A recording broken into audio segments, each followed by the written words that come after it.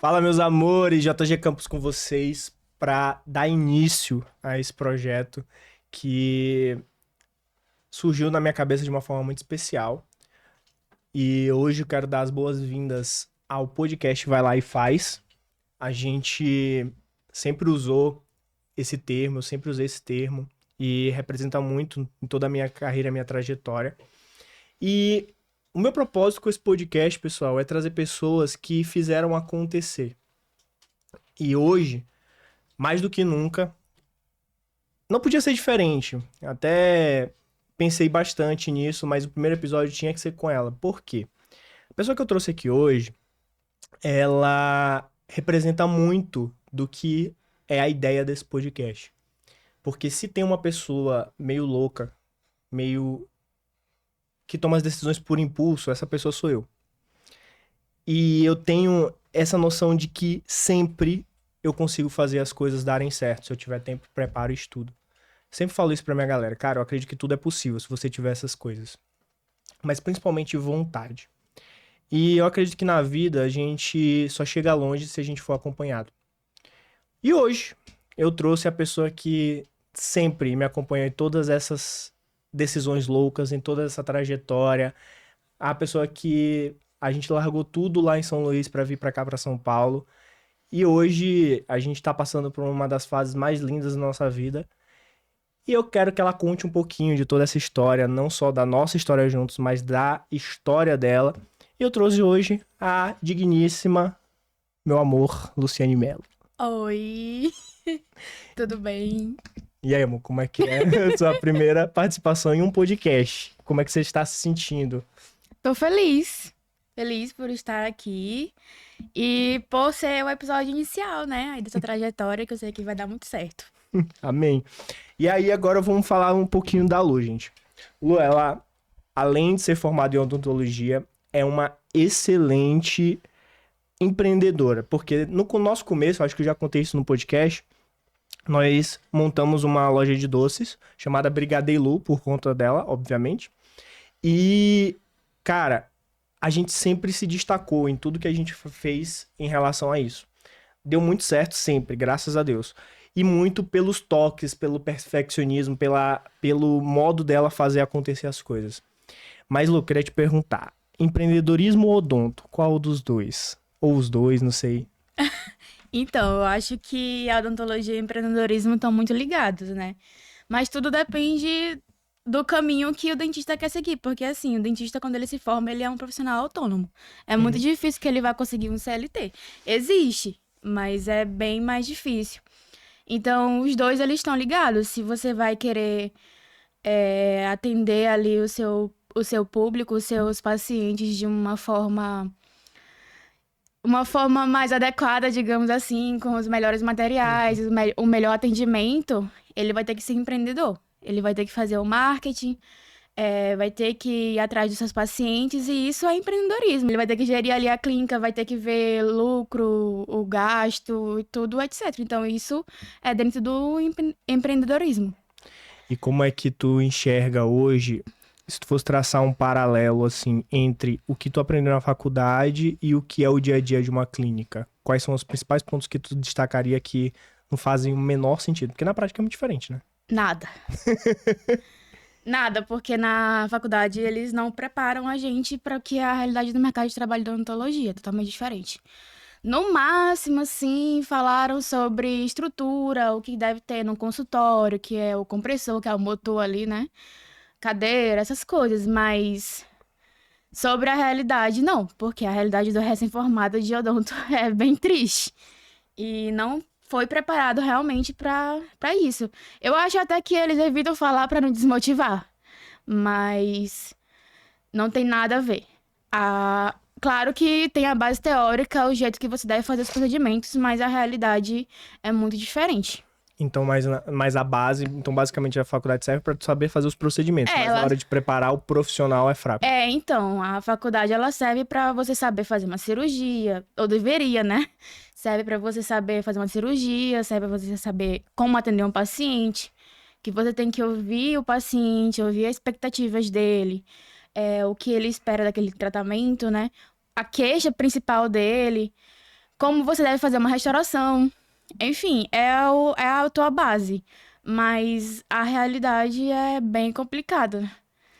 E, gente, Lu, ela viralizou uns 2 vídeos ou mais, não foi, sobre odonto no TikTok dela.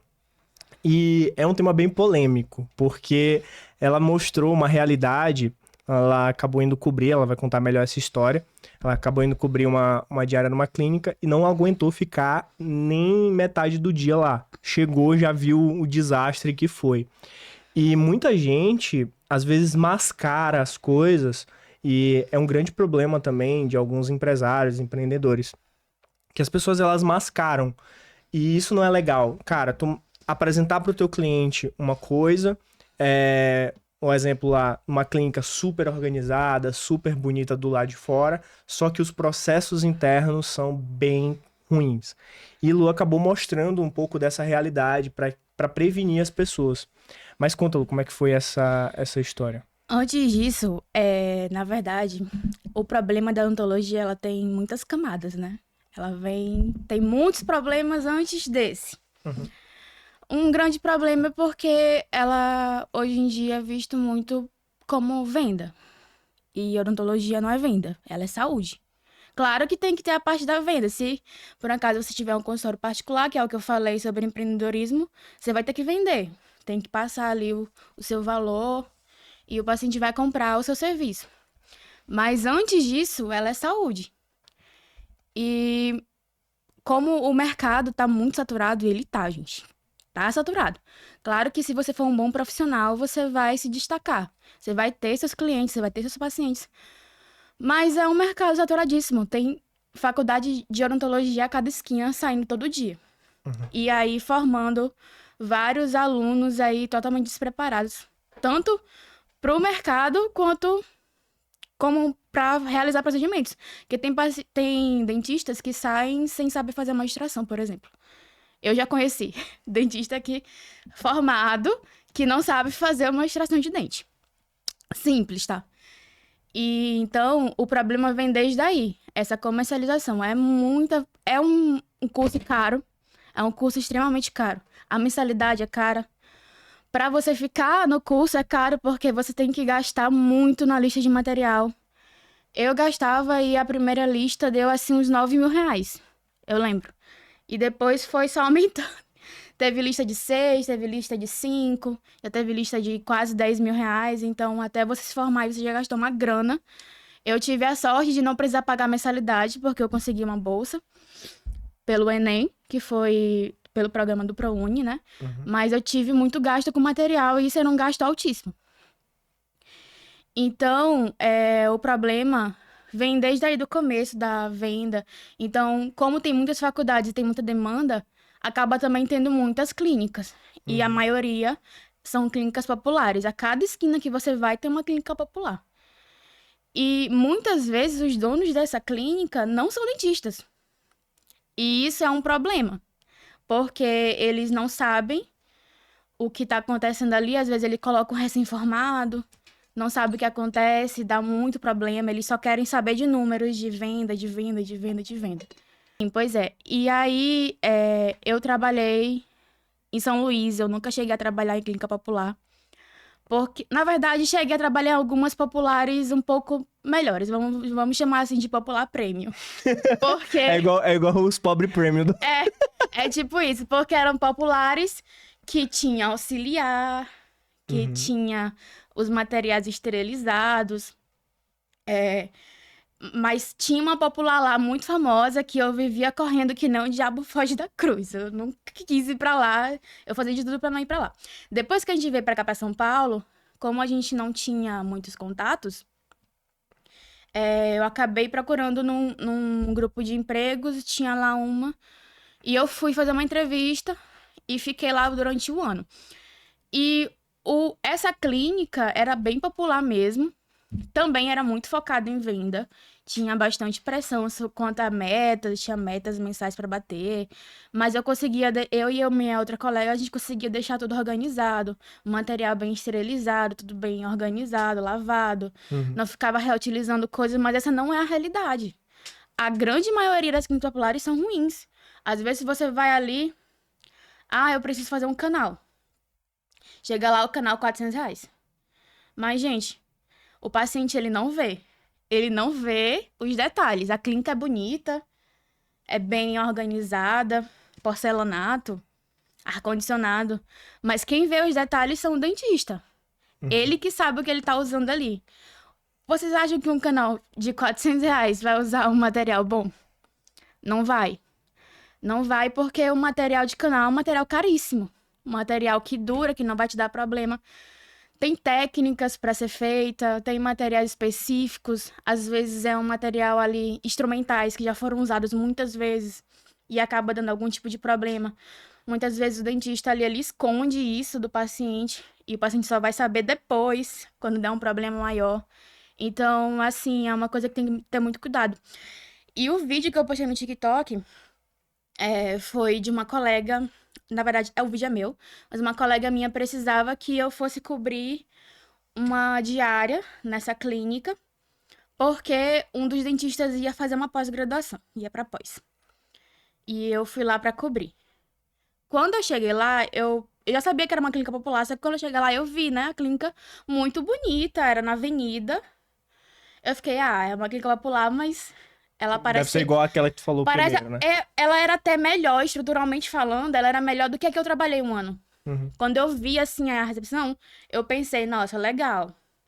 Acho até que dá pra eu ver se eu consigo ficar mais alguns dias aqui, né? E aí, quando eu entrei na sala, que eu precisei atender o primeiro paciente, que eu fui abrir a gaveta de instrumentais, é que o negócio pegou. Eu fiquei, nossa. O material, ele não tava estéreo. Eu fui na esterilização pra ver como é que tava as coisas lá. Tinha muita coisa suja jogada, entendeu? Sem lavar. Tinha muito material, muito material enferrujado. Tinha muito material vencido. Material de canal mesmo, vencido.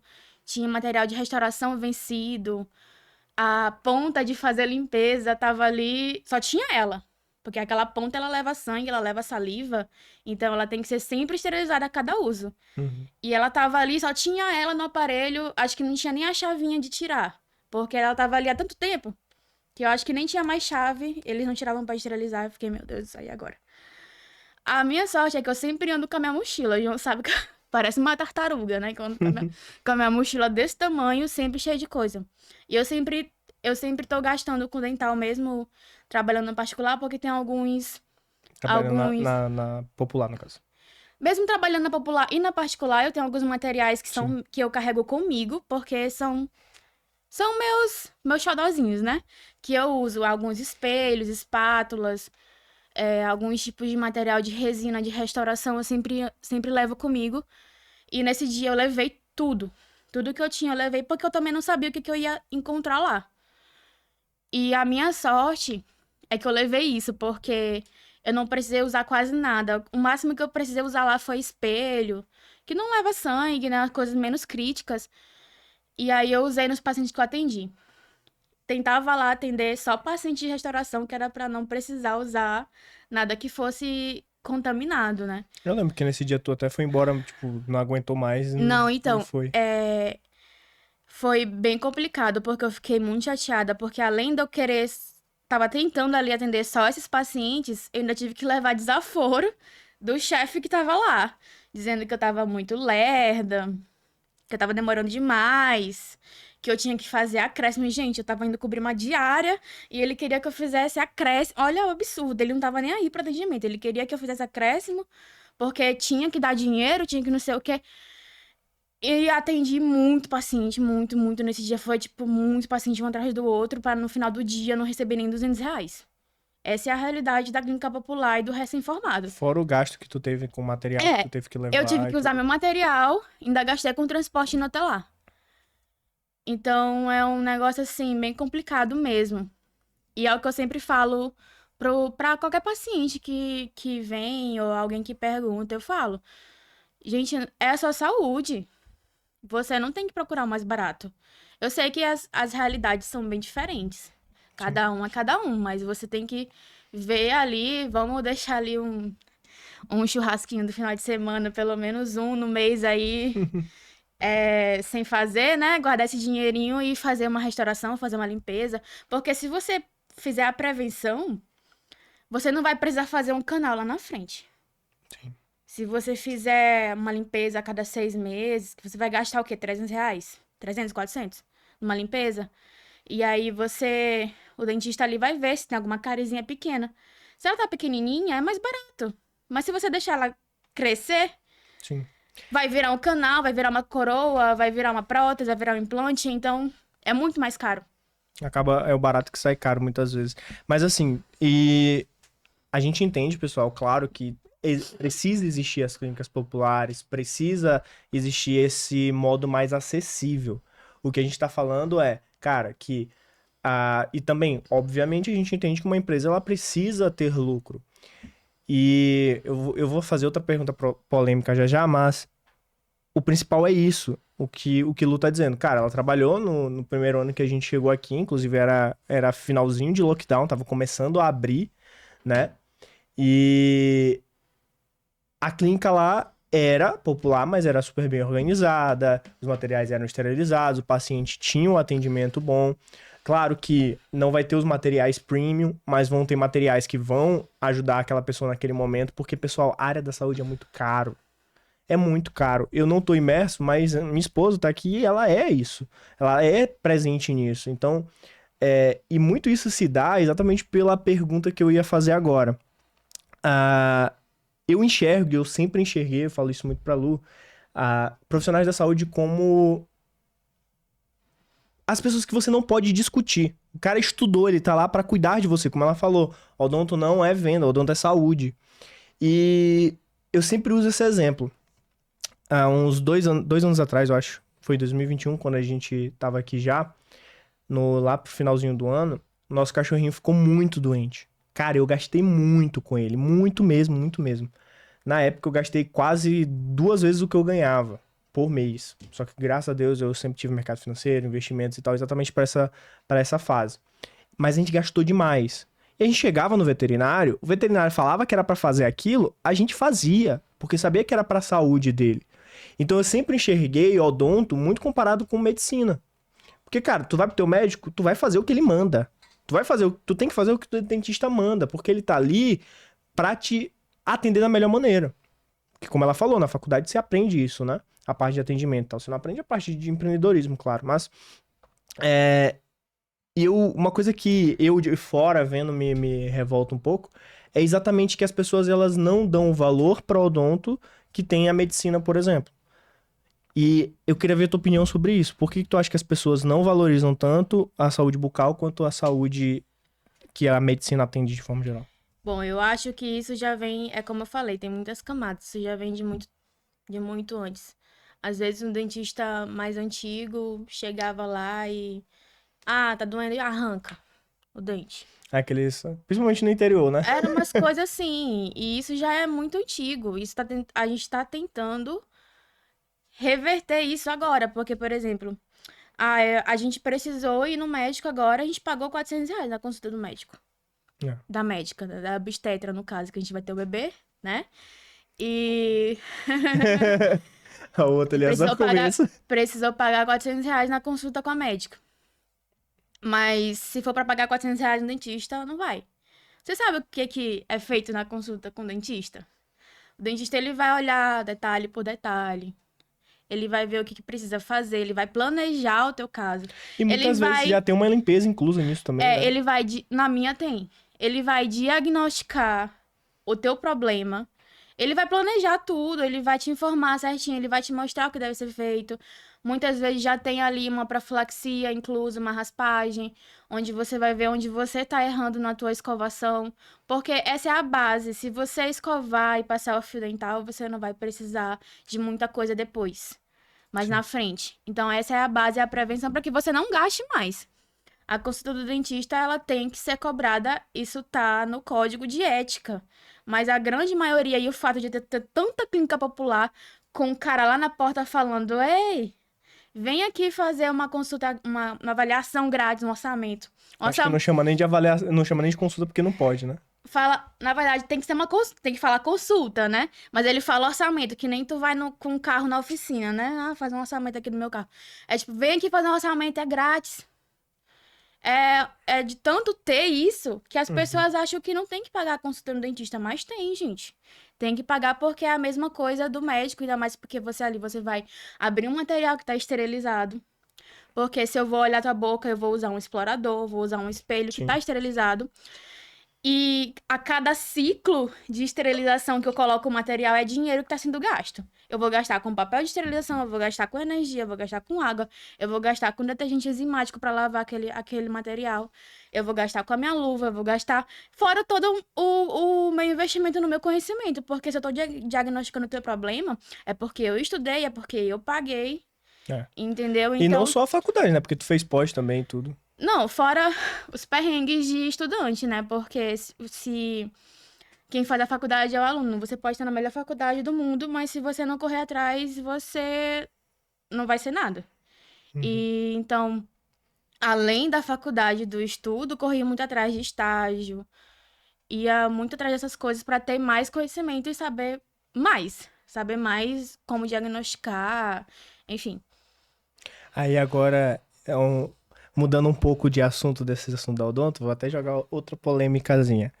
Agora vamos lá, uma dentista que tinha uma doceria. Me explica isso daí. É meio que intencional? Meu Deus. Gente, às vezes eu acho que eu sou a Barbie Profissões, porque eu gosto de fazer um monte de coisa. E se eu pudesse, outro dia eu tava até conversando com o João mesmo, que, amor, se tu pudesse fazer faculdades, qual tu faria? Aí, claro, o João fala, não, eu quero ser milionário, tipo, Eu vou ser é diferente. não, mas eu faria várias, porque eu gosto de muita coisa, e uma delas é fazer doce, assim, eu gosto muito de fazer doce. Eu comecei a fazer doce no ensino médio. Eu vendia uns brigadeiros lá, eu vendia R$ 1 o brigadeiro. Ainda era roubada, tá? Porque eu deixava na sala de vez em quando e o pessoal roubava os brigadeiros. Olha, eu sei, se vocês estiverem me assistindo, eu sei, viu? Você acha que eu não sabia, mas eu sabia. Mas era bom, quer divulgar teu produto, saber que era bom. Aí Sim, enfim, eu vendia meus brigadeiros lá, comecei vendendo lá. E quando eu fui pra faculdade, é, eu sentia muita falta. Na verdade, o que fez eu começar a vender era o fato de criar uma certa independência, porque assim, eu não gostava muito de ficar pedindo dinheiro para os meus pais.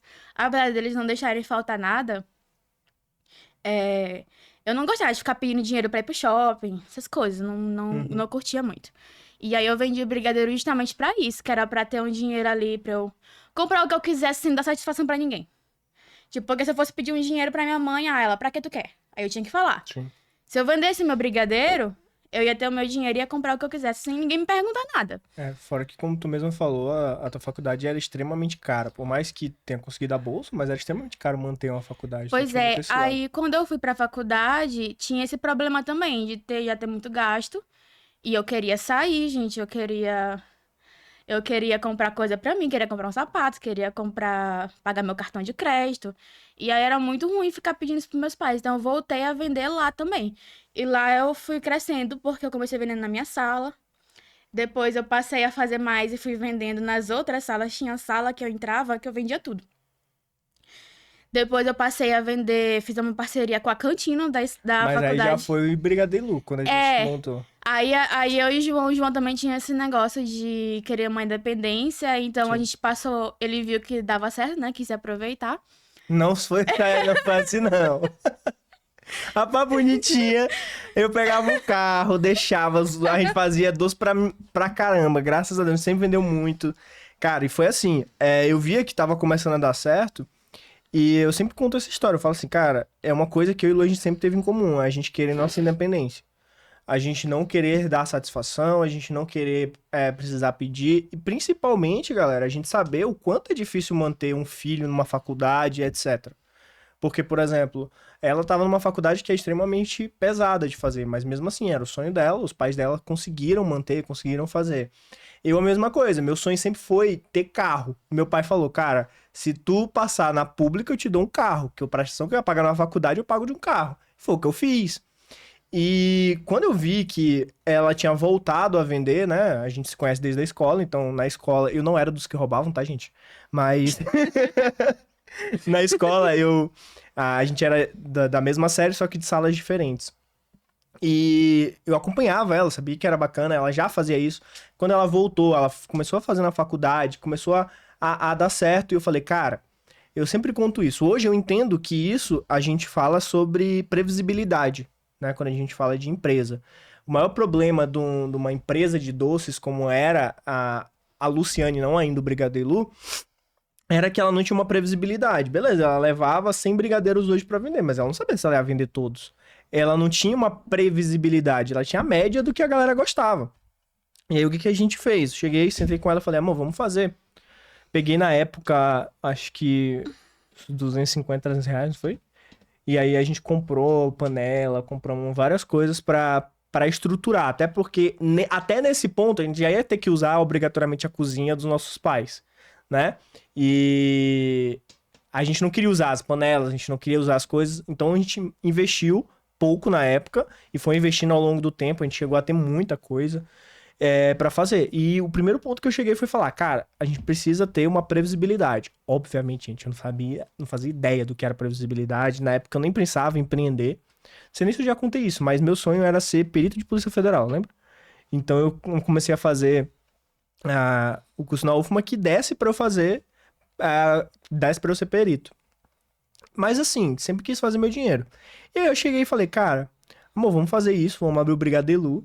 Aí, não sei se tu vai lembrar, mas a gente fez, minha prima fez a logo, e aí a gente foi pra casa de Léo, levou uns doces que era aniversário de um amigo nosso, aí a gente pegou nossos amigos, e aí a gente vai falar também sobre o quanto a rede social foi importante pra isso. A gente pegou uma prima minha, que eu chamo de Baia, o nome dela é Mayara, beijo meu amor, ela fez a logo pra mim, até hoje a gente usa, que é linda a logo, eu gosto muito, representa muito aquela época. Fizemos a logo, fizemos uns cartazinhos. Luciane é extremamente cuidadosa com tudo, gente. Depois vocês dão uma olhada lá no Instagram do Brigadeiro pra vocês verem. E isso em 2015. Foi no final de 2015. Foi. Tu entrou na faculdade em maio. Eu entrei no começo de 2015. Aí foi já pro final já. E aí a gente foi pra essa casa dos nossos amigos, fez todos os nossos amigos tirarem foto divulgando a empresa e postar nas redes sociais. A gente fez umas plaquinhas. Foi. Com o nome. E aí eu falei, cara, amor, nosso primeiro foco claro, a gente vai fazer encomendas pra festa, pra não sei o que, bebê. Você continua vendendo lá nas tuas salas, mas a gente precisa ter o que hoje eu sei que é a previsibilidade. A gente precisa ter uma garantia de receber alguma coisa. Foi então que eu cheguei, sempre gostei muito de matemática, falei, olha, nosso custo para produzir o brigadeiro, eu vou chutar, mas eu tenho quase certeza que era essa média. Cada brigadeiro a gente gastava 75 centavos para fazer. Hoje, gente, é mais que o dobro, tá? Principalmente daquele tamanho que a gente vendia, né? E a gente sempre usou materiais bons. E aí, até porque é isso que fazia o produto render, né? É porque eu penso assim, que se você vai entregar uma coisa, você tem que dar o seu melhor. Gente, tem tanto brigadeiro ruim. Eu sou tão crítica com o chocolate que eu fico assim, com receio de comprar doce. Às vezes a gente vai numa cafeteria aqui super bonita daqui de São Paulo. Sim. João sabe que eu amo cafeteria, amo. Eu amo cafeteria pelo fato de tomar o café diferente, um salgado, mas na hora de pedir o doce eu fico analisando muito, porque eu vejo assim, muito bonito o doce. Mas será que é bom? Porque a maioria dessas padarias, assim, tem um doce muito bonito, mas na hora que tu vai comer, só pela misericórdia. E, tipo, eu sempre gostei muito de usar o melhor material pra fazer o melhor material, assim, que desse um melhor custo-benefício, claro, porque, assim, tem leite condensado, por exemplo, que é caríssimo, que fica muito gostoso, mas tem leites condensados um pouquinho mais barato, que entrega o mesmo resultado. Então tem que ver. Dependendo da combinação. Vai ter que ver o melhor custo-benefício, mas sim, sempre é o melhor material pra fazer. Porque, gente, se você vai entregar um negócio, você vai vender, ou a pessoa ali, ela tá esperando algo que agrade ela. Quando eu compro uma comida que não é boa, eu fico muito chateada. Quando a gente conversa que eu lanço muitos especialistas, né? Trabalho diretamente com marketing digital.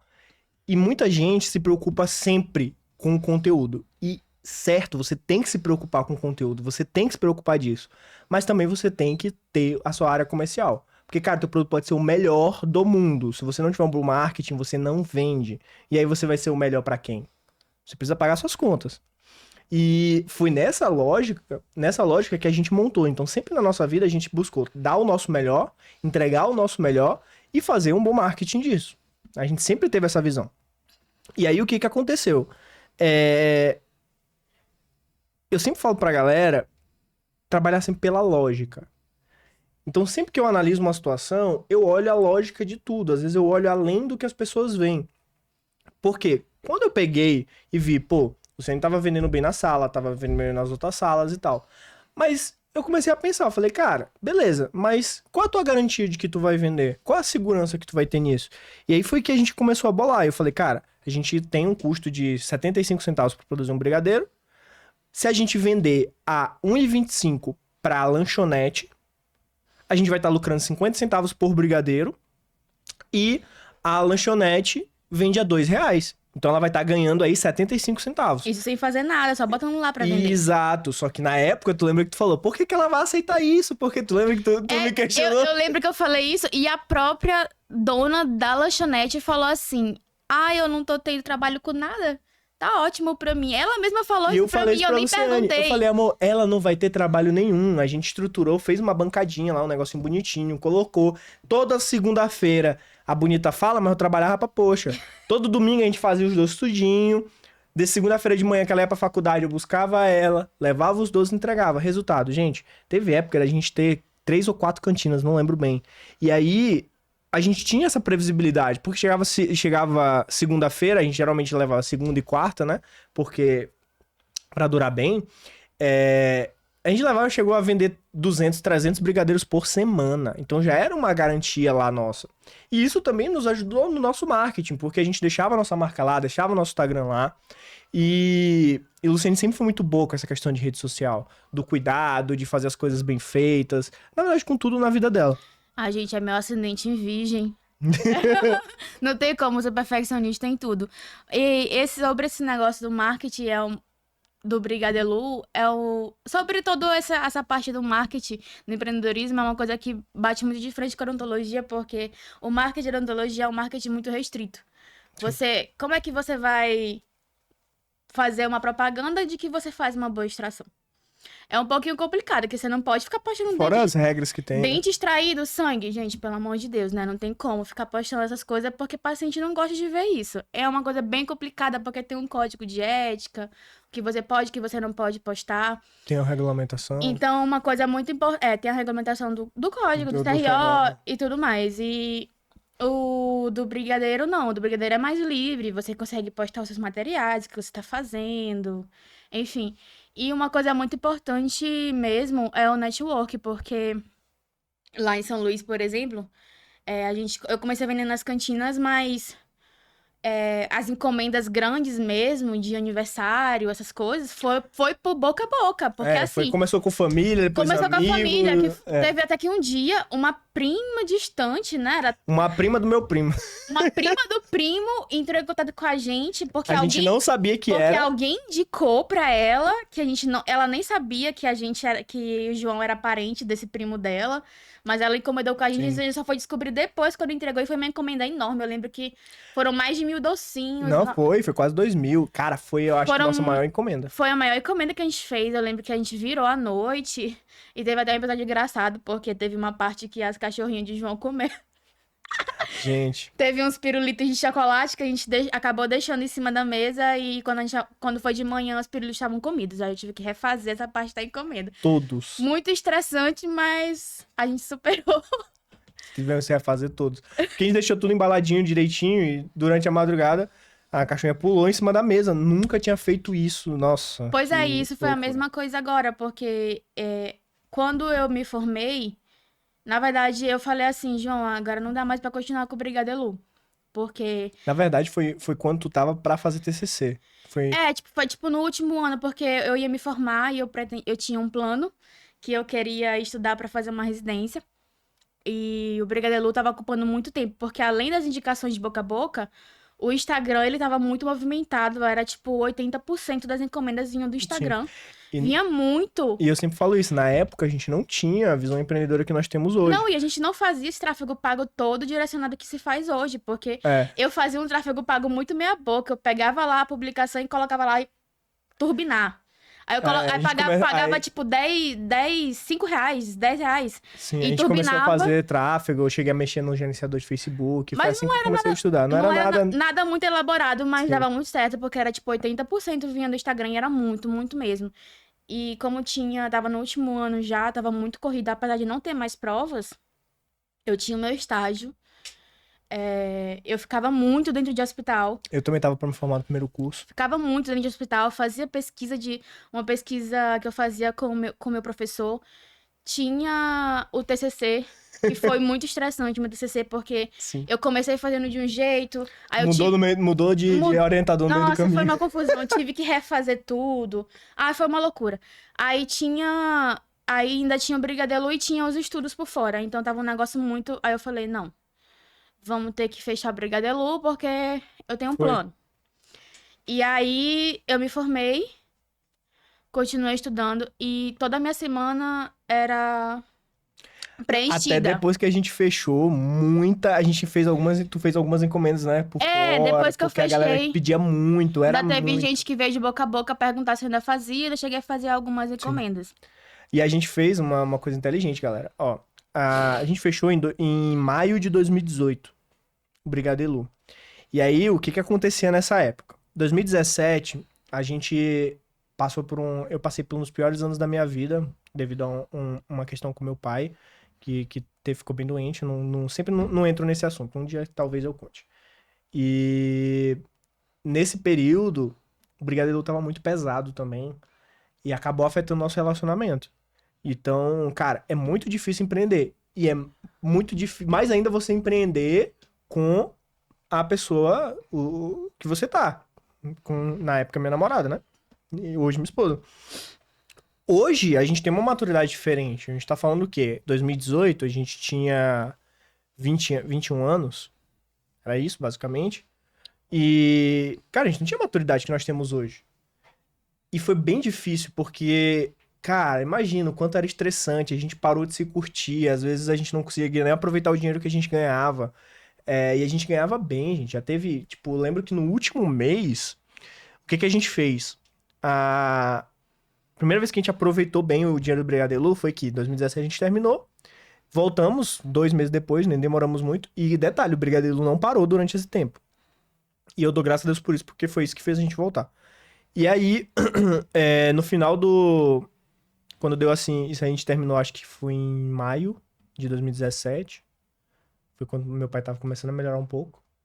E aí, quando foi em junho, julho, a gente voltou.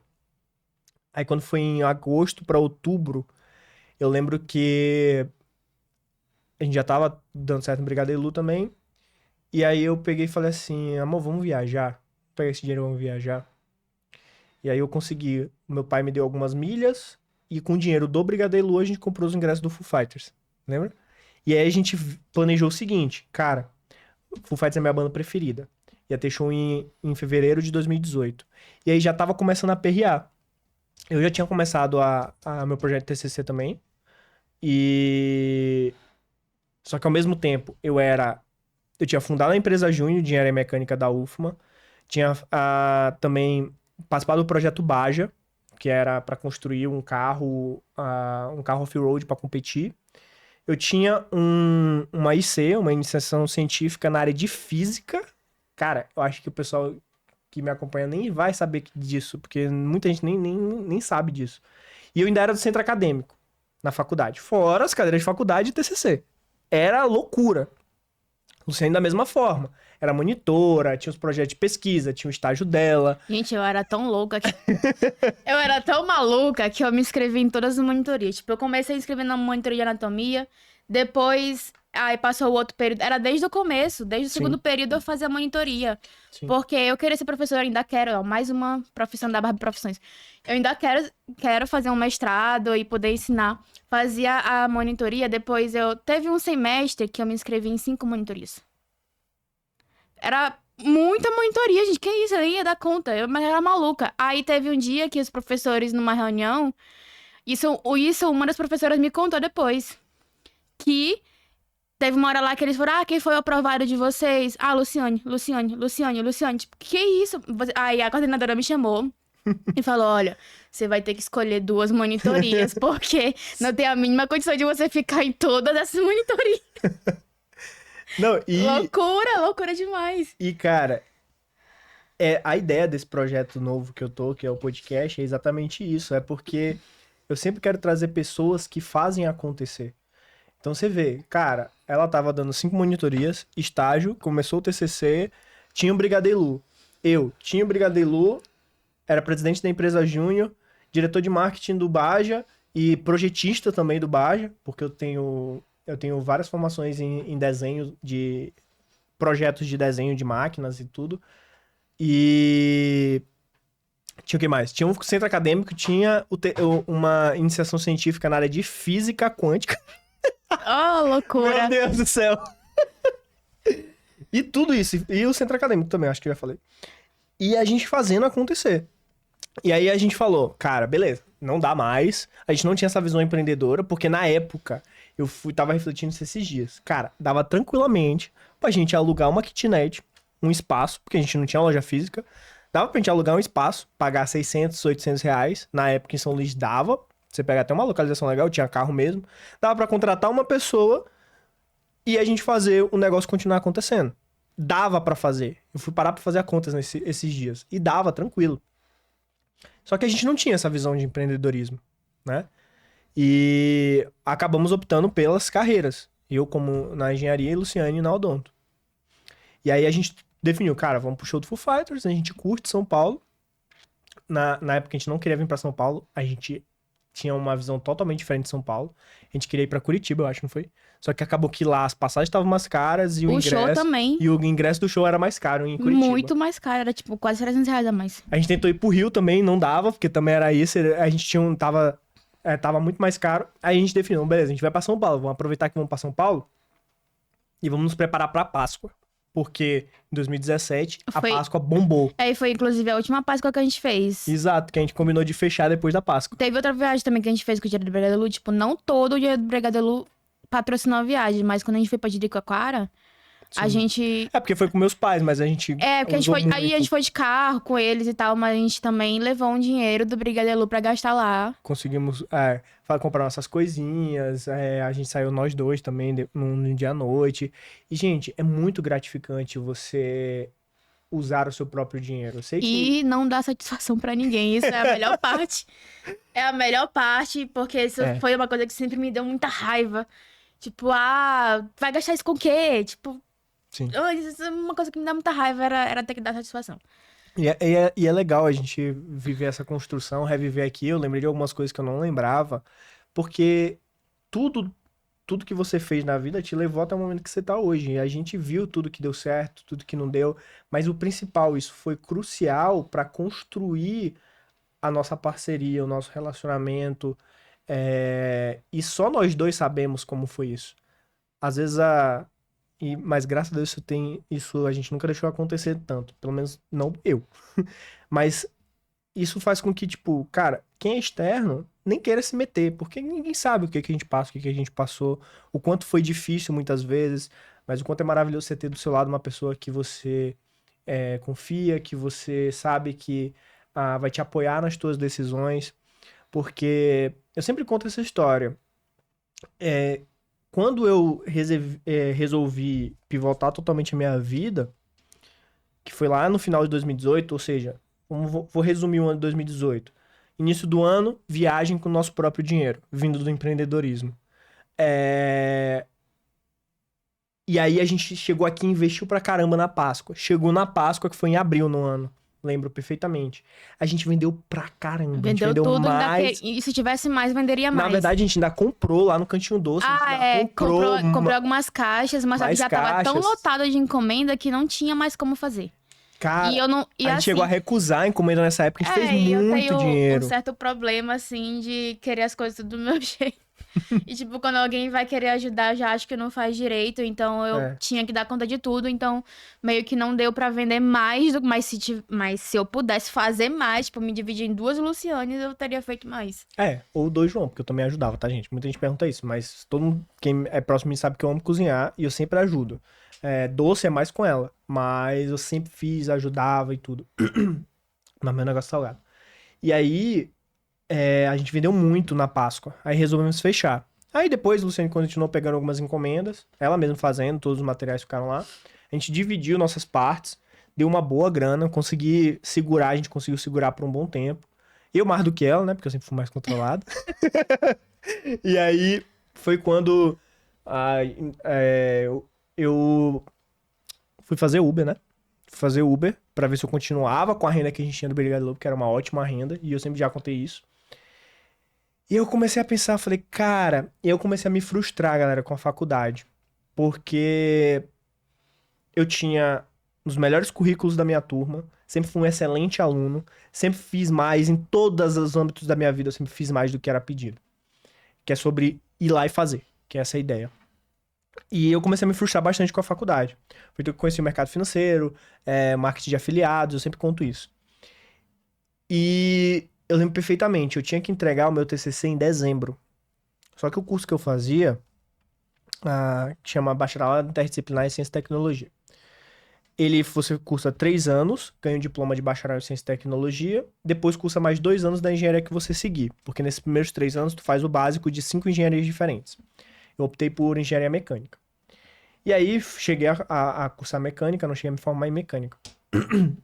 Faltou um ano, que é exatamente o TCC também. E aí o que que aconteceu? Acho que nunca contei essa história. Eu tava em casa, na casa dos meus pais, né? E eu tava fazendo meu TCC e ao mesmo tempo já tava trabalhando como afiliado e tudo.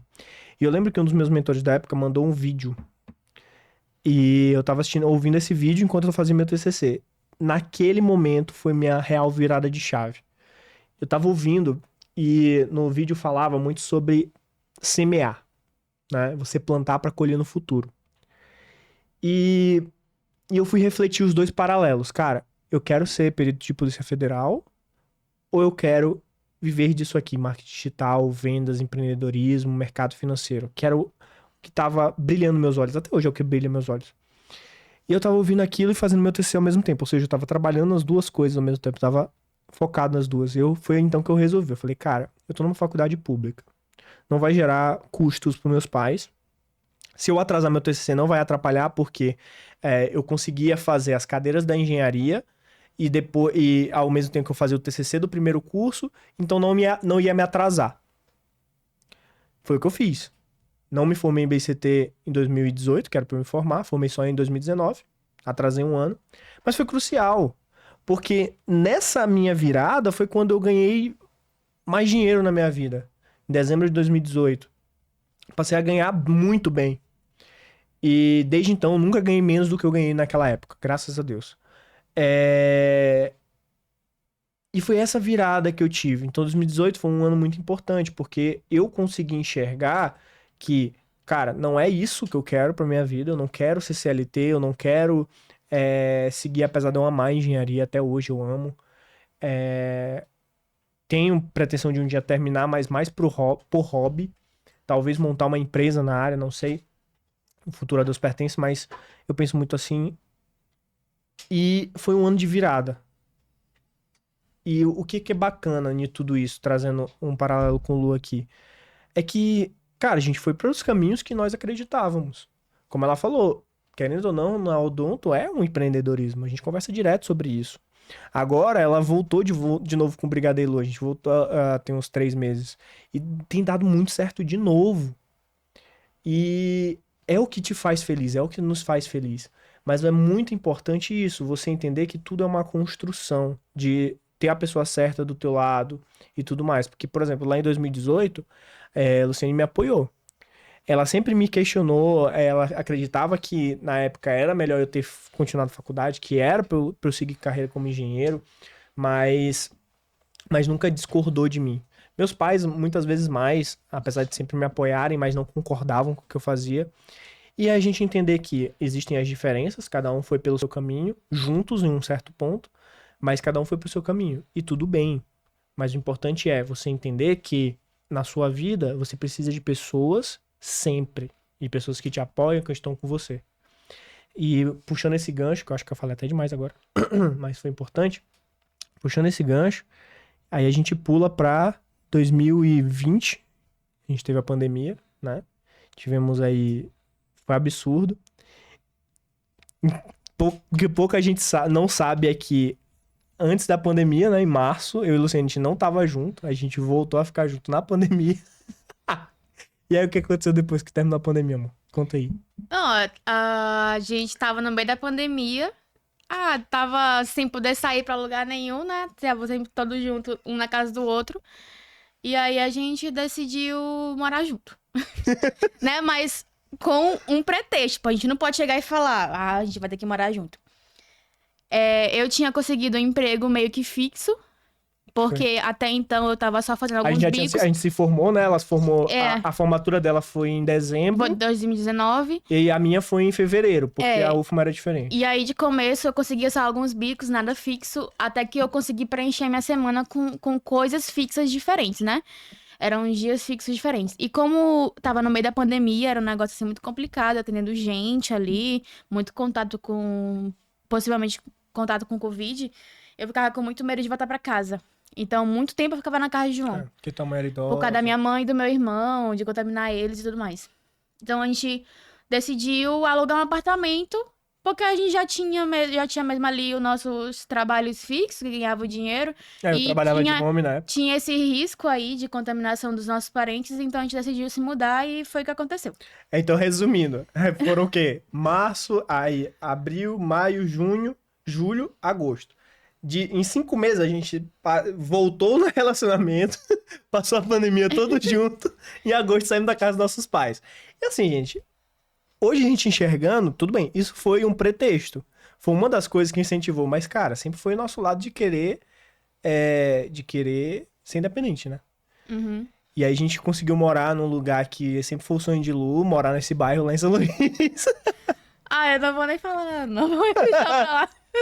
Aí conseguimos uma ótima oportunidade, e aí a gente começou a construir nossa vida.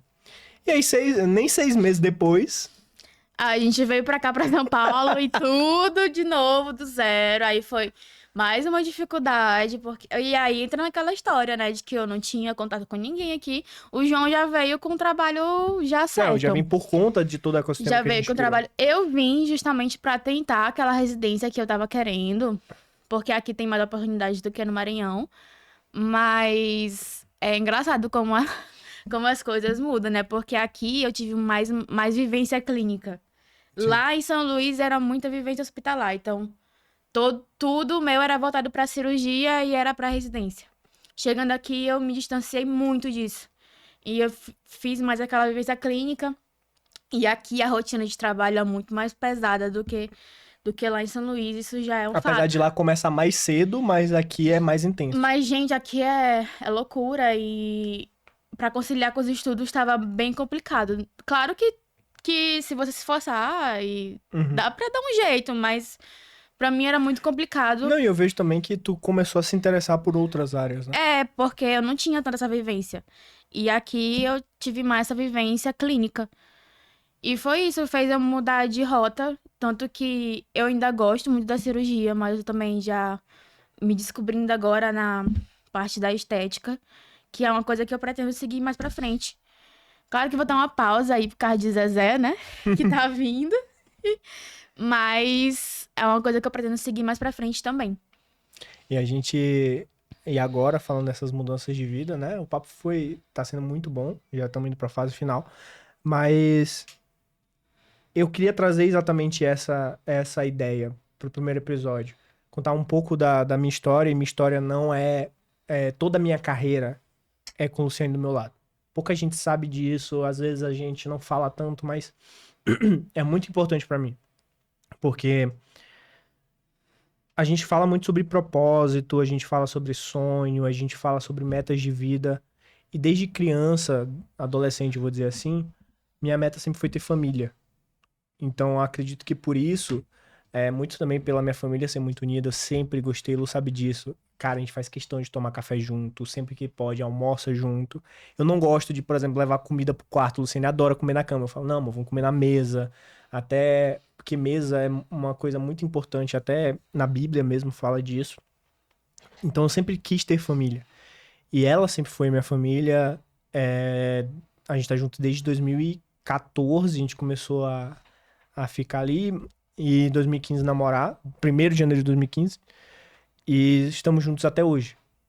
Então são o quê? São 8 anos. E aí, mostrar toda essa trajetória, traçar esses paralelos, mas principalmente o fazer acontecer. Porque a gente brinca aqui falando, mas nosso foco sempre foi esse. A gente sempre fez acontecer as coisas. Sem medo, a gente seguiu. E a gente tem um negócio entre nós. Se a gente, cara, tá passando uma dificuldade, você fala, amor, vai dar certo.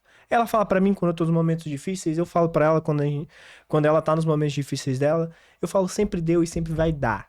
Essa é a ideia. Por quê? Porque a gente executa, a gente não é acomodado, a gente vai lá e faz, que essa é a ideia do podcast.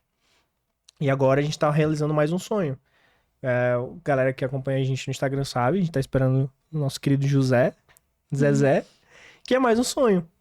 E veio no momento que a gente não esperava, mas é um momento certo, que é o momento de Deus. E daqui pra frente a gente tá seguindo.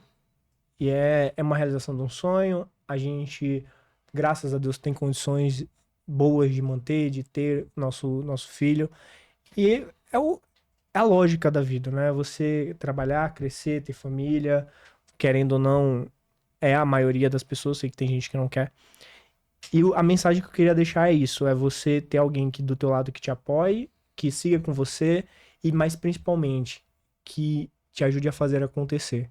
Porque a gente sempre foi muito corajoso, sempre meteu a cara mesmo e fez, independente de tudo.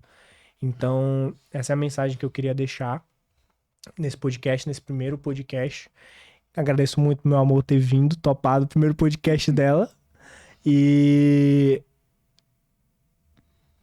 basicamente é isso, gente. Realmente foi especial ter feito esse primeiro episódio. Espero que o Lu tenha gostado. E aí, amor, conta pro pessoal o que tu achou do episódio e deixe tuas redes sociais pra galera te seguir, porque esse podcast vai bombar. Foi uma experiência muito legal. Eu acho que a nossa história pode ajudar alguém, né? Sempre tem alguém que se identifica. E é isso, gente. Me sigam lá no TikTok. Olhem meus vídeos lá falando mal da clínica popular. Vocês vão ficar chocados, viu? Lucy B. Mello, meu arroba. Do TikTok. Meu TikTok. E do Instagram, Luciane Mello, _. É isso. Aí lá ela também é mãe de pet, agora vai ser mãe de Zezé. Que mais? Odonto, não, lá no cozinheira. TikTok tem eu sendo dentista, sendo cozinheira e sendo mãe de pet. Ainda não tá a mãe do Zezé ainda não, mas vai começar. Na hora que eu começar a comprar as roupinhas do bebê, vocês vão ver lá, já vai ter review. E é isso, gente. É sobre vida real, é sobre a gente fazer acontecer na vida. Então, meus amores, me sigam lá nas redes sociais também. Atualmente eu estou migrando do Instagram antigo, que era JG Campos, pro Instagram novo, que é JG Campos X. Que eu estou fazendo essa transição. Quem me acompanha sabe por quê. E acompanhem os próximos episódios do Vai Lá e Faz Cash, que é um projeto incrível que eu quero tocar. E tá sendo especial demais. Esse primeiro episódio foi extremamente especial. Então é isso, meus amores. Fiquem com Deus e até a próxima.